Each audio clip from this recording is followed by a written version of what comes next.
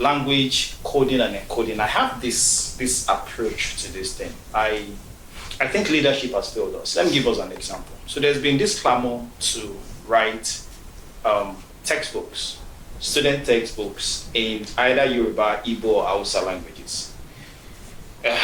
Okay, so how do they write it? How exactly can they go about it? They failed even before they started. Let me give you an example. The Yoruba culture, for example, does not have name for most colors. We keep comparing our languages with languages like Chinese, Korean, Japanese, etc. Those languages have existed for thousands of years. They were around when technology was being developed and evolving. And some of those cultures even contributed to the evolution of technology. So some of those things were borrowed from their own cultures into, you get. But now you want to adapt that to Yoruba textbook, for example. So you want to say the color blue. How do you write color blue in Yoruba? You have to form new words. Yeah. Beautiful. So what should have happened is the leaders of Yoruba culture and community also have held like a conference and said, okay, what are we going to call color blue? And then they give it a name. Yoruba language, when it comes to translating it to English, is essentially descriptive. For example, television is ero amóhùnmáwòrán, meaning a device that captures vision and audio.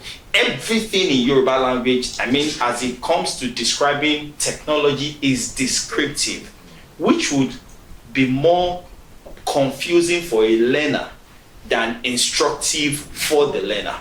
So as it concerns this point about encoding, don't even go there. Our leaders have failed us. If they had done what they ought to have done, it would be easier to encode, especially things that have anything to do with technology. Do you understand what I'm saying? It would be easier for us to blend. True, Igbos are the core promoters of Nollywood films, no doubt. Why? Because at the core, an Igbo man is a businessman. Producing and promoting are essentially the business sides of filmmaking. I think I should know. As an expert now, you're okay. Having said that, Yoruba filmmakers, by the way, the very first Nollywood film was made by a Yoruba man. No, Aromira was the first guy to make a Nigerian home video. But here's the thing, two problems they had. One, it was made in Yoruba, so it was limited in scope to Yoruba people. And two, the business side of it was not the acumen to promote it was not as much as that of Igbos. So when Igbos stepped on the scene and they brought their business acumen to promoting Living in Bondage and all of the other films that came on board, it looks as if Igbos were. No, we didn't find another. Just a minute. One. No. Number two is Yoruba films actually are, I know this is controversial, are actually much better made, better produced and all of that. However, the marketing and the promoting part plus the limitation of language is where Yoruba films tend to fall short. So you'd have this general statement that Igbos and Nollywood are synonymous. But of course, you see that the recent trend in Netflix movies and what kind of movies actually shows that Yoruba films tend to. But wait, having said all of that, if you ask me about the Nigerian film industry as a whole, how well we're doing, I'll give us please do not hang me, I'll give us 35 over 100. You know why? Let me analyze it. It goes thus. 35. That's below. Just hold on. It goes thus. So, I watch films. I watch Indian films. To know the true nature of Nigerian films, we tend to look at Netflix, Not Amazon. just only Nigerian, Africa in general. Let's start with Nigeria and then we'll go scale up to Africa. Yes. Okay, we tend to look at Netflix, Amazon, and cinema movies. Yeah. The question is, what ratio of these films versus the whole number of films made? Okay, as at 2011, Nigeria makes about 5,500 films every year, which makes Nigeria second in volume only to Bollywood in India. Okay, Now that number would have quadrupled or more, especially with the advent of YouTube, etc. As in publication and promotion has now been distribution. Has now been democratized with online platforms and all. So we make 20,000 or thereabout films every year. Question is, yes, Netflix films are well produced, well shot, well made, cinematography on point, writing is getting better. It's not there yet. It is not there yet, but it's much better than what we had. Okay, Asaba Films is well proliferates YouTube. Question is, how many Nigerian films how many Nigerian films actually make it to Netflix, Amazon, and the cinemas? About 500 in a year. How many Nigerian films actually get made? Over 20,000. What ratio of well-made films versus the general number of films that are made? You'll see that Nigeria is we're not actually there yet. The number of not well-made films versus those who are well-made, the ratio is staggering. It's crazy. You get, okay? It's the reason why I said, true, there's this quote and unquote new Nollywood that is thriving, but the regular Nollywood that is still where it used to be is way bigger. We're not there yet. We're not there. Facts. But don't you think that, recently Nigerian movies get premiered at the Canada Festival in America?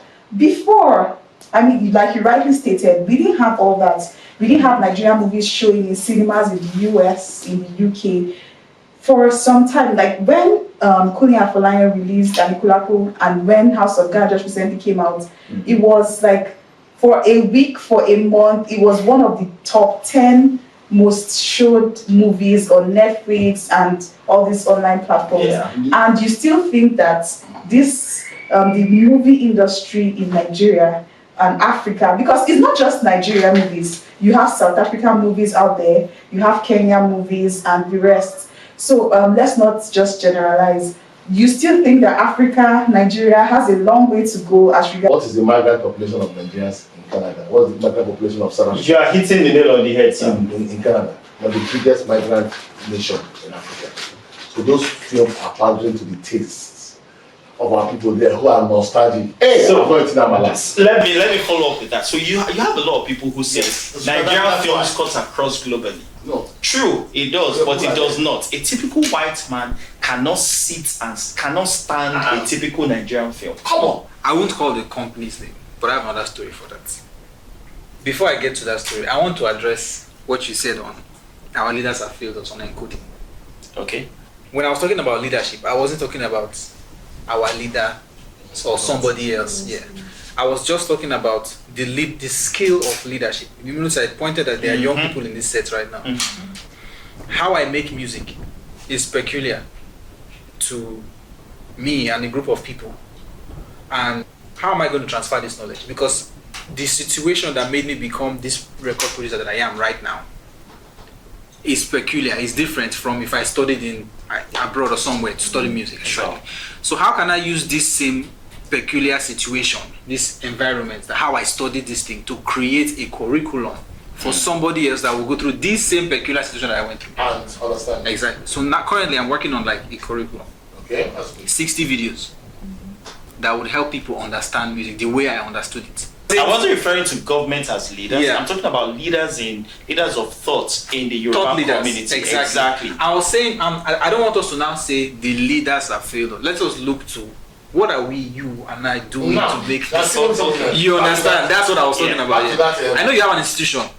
Yes, you understand? So please talk about you. Leave those people alone. Now, we can't go to the past. Your question. Yes, the music and Nollywood. Sorry, before let me answer a question. The music and Nollywood.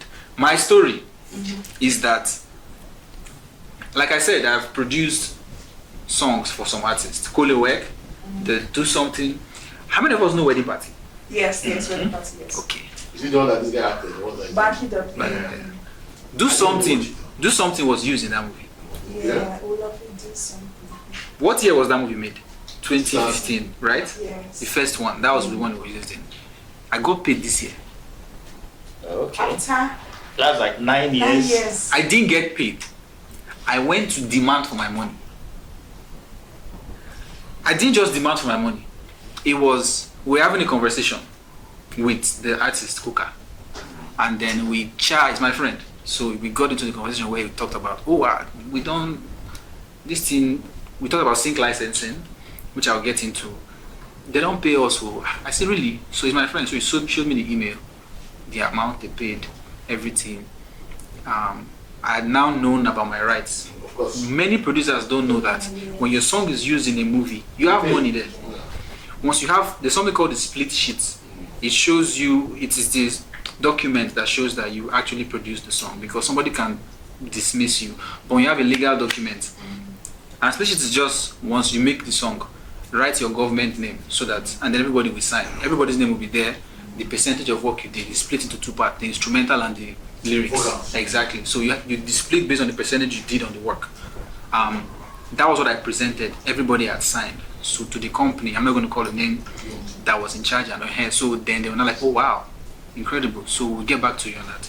It wasn't just that movie. Chief Daddy, Kolewek was used. So those are the monies we collected this year. Not a lot of money. Are they telling the truth? I don't know. Are they lying? I don't know how much they collected. But that was the money they presented. Difficult to track. Exactly. Yeah. So, but I had to make sure that, and it was after I came into this knowledge. They say knowledge is light. When I got the light, exactly. That's when I realized that, oh wow, that's why it took 9 years. If I had known that time, I collected my money then, collected my money since that time, and I'd have even pushed for more, probably sued or something.